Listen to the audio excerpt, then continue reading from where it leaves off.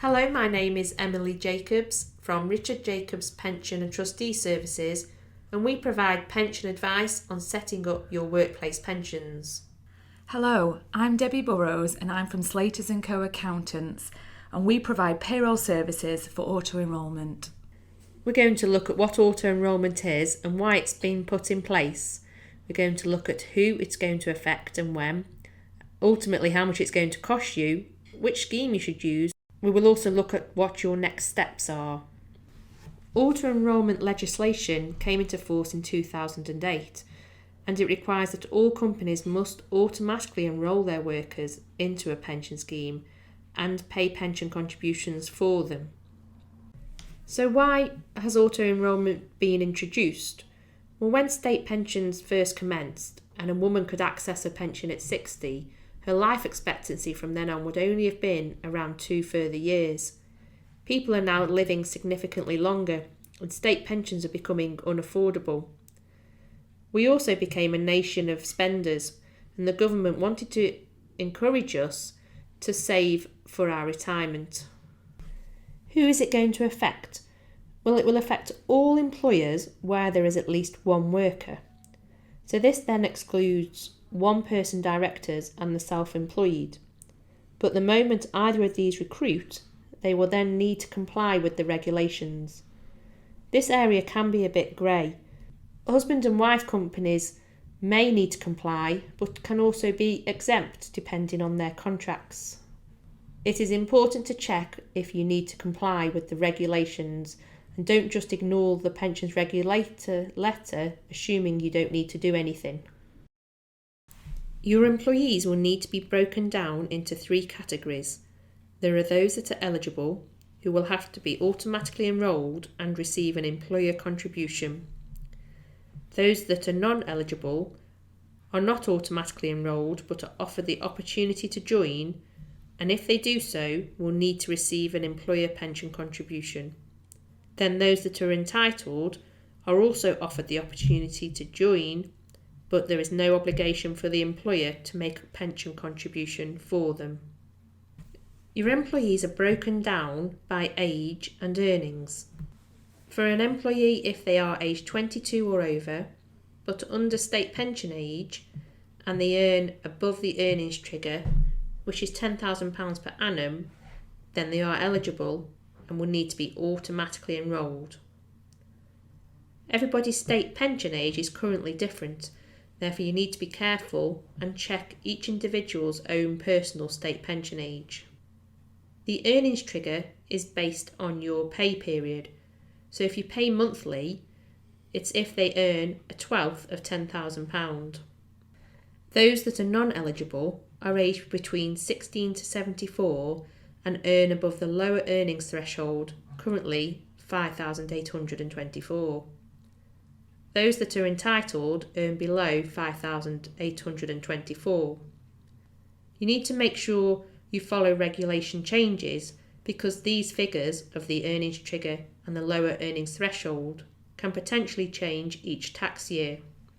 So when will you need to comply with the new regulations? Everybody's staging date has already been allocated in April 2012 based on the number of employees or by the last 2 digits of your PAYE reference. If your company commenced after April 2012, your start date is determined by the first time you ran a PAYE payroll.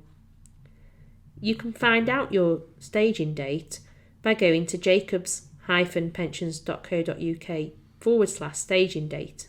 Here you can enter your PAYE reference and it will tell you your actual staging date. I would like to provide a warning at this point. If you do not comply with the regulations, then there are fixed and daily penalty notices. A total of 166 £400 fixed penalty notices were issued in the last 3 months of 2015. If you have passed your staging date already, you must act now to comply with the regulations to avoid these fines. It is possible to postpone from your staging date for up to 3 months.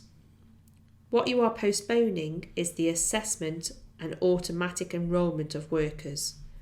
your staging date remains the same.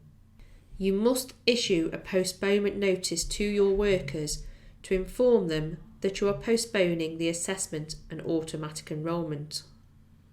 The letter must inform the workers, however, that they can still choose to opt in during this postponement period. You may want to use postponement from your staging date if your staging date falls at a particular busy time for your company. However, as your workers can still opt in during the postponement period, you still need to be ready. You can also postpone new starters for up to 3 months. However, the individuals can still choose to opt in during this postponement period. You are just postponing the assessment and automatic enrolment. When looking at how much it is going to cost you, you first need to decide on what earnings your pension contributions will be based. A new term called qualifying earnings has been introduced. This is where the first 5,824 of earnings is ignored, and pension contributions are only on earnings above this up to the cap of 42,385. These figures are based on the 2016-17 tax year. In this scenario though, the pensionable earnings must include all basic pay, commission, overtime and bonus. There are alternatives available. Your contributions can be based on total earnings, including the first 5,824 with no upper cap. Here, pensionable earnings must still include all basic, commission, overtime and bonuses. All contributions can be on basic earnings only, but be careful, do not just assume this will be your lowest cost option if you pay significant commissions. Your percentage contribution may have to increase to compensate for this.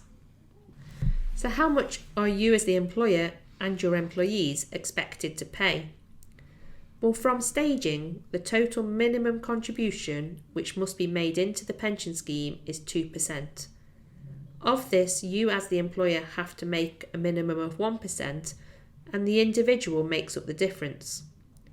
You can, as the employer, choose to make the full 2% contribution, and then there is no obligation on your employees. However, we would not recommend this, as part of auto enrolment is to encourage the individuals to save towards their own retirement. From April 2018, the contributions are increasing to a minimum of 5%, of which 2% as a minimum must come from you as the employer. The contributions will then increase again from April 2019 to a total minimum of 8%, of which you as the employer must be contributing 3%, and again the individual makes up the difference. We do expect that these contribution rates will be reviewed each tax year and may increase further in the future. You will need to choose which pension product to use for your scheme. There are 3 main pensions. There is the National Employment Savings Trust, or NEST, set up through the government. There are private trust-based equivalent schemes, and then there are group personal pensions with companies such as Aviva and Royal London. Each scheme is a different quality, mainly based on the fund choices and charges. We advise you on the best scheme for your company based on your circumstances and workforce. Some schemes will accept all employers, others will only accept you if you are paying higher than the minimum contributions. Some schemes will also charge an employer fee on a set-up basis or ongoing. We will run through these different options with you. We're now going to talk about opting out. Individuals who are automatically enrolled can opt out of the scheme in the opt-out period, which is within 1 month of joining. They have to specifically use an opt-out notice. If they do opt out, their membership is unravelled, which may involve refunding any premiums deducted. Those that have opted out have to be re-enrolled every 3 years. It is important you as the employer do not inform the individuals how to opt out. The opt-out notice must be sourced from the pension provider direct. Another warning for you here: all eligible employees must be automatically enrolled before they can opt out. An employee cannot tell you that they do not want to become a member of the scheme. They must be put in the scheme first. Then the scheme will inform them how to opt out. Our advisor services depend on whether you complete your own payroll or if you outsource your payroll. Our fees start from £300 plus VAT if you use Slaters to complete your payroll. For our fee, we explain the rules and confirm the steps to take. We cost the different contribution options and recommend the most suitable pension scheme for you. We help set up the scheme and provide a recommendation report for your records. We then complete the declaration of compliance, which is a return to the pensions regulator confirming which scheme you have used and how many people you have automatically enrolled. We then provide payroll services if you complete your own payroll, otherwise this duty is taken over by Slaters. Debbie from Slaters will now talk to you about the services they offer. Once you've selected your auto enrolment pension, you will also need to be aware of how to process this through your payroll. At Slaters and Co Accountants, we can operate as your payroll provider. As your payroll provider, we can help take care of your employer's obligations. We will provide or assist with the correct pension correspondence to your employees. We will keep your pension records. And finally, we will assess the employees and manage your opt-outs. We will manage your monthly pension deductions automatically through the payroll. We will ensure that the correct pension contributions are reported to your chosen pension provider. And finally, we will assist you with updating your employment contracts and staff handbook to reflect your auto-enrolment changes. You should have received a letter from the pensions regulator which will have details of your individual staging date. You will need a copy of this letter to register your company email address with the pensions regulator to receive all future correspondence regarding your pension scheme. However, if you have mislaid the letter, do not worry, we can support you with this. Simply get in touch with Emily Jacobs. Thank you for listening. If you would like to discuss your payroll options, then contact us on 01782 566 101 or email us at contact@slatersca.co.uk. Alternatively, for more information, you can visit our website at www.slatersca.co.uk.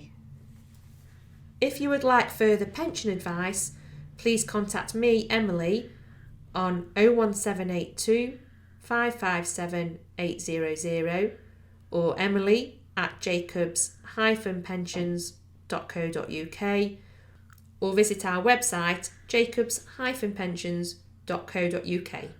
Thank you.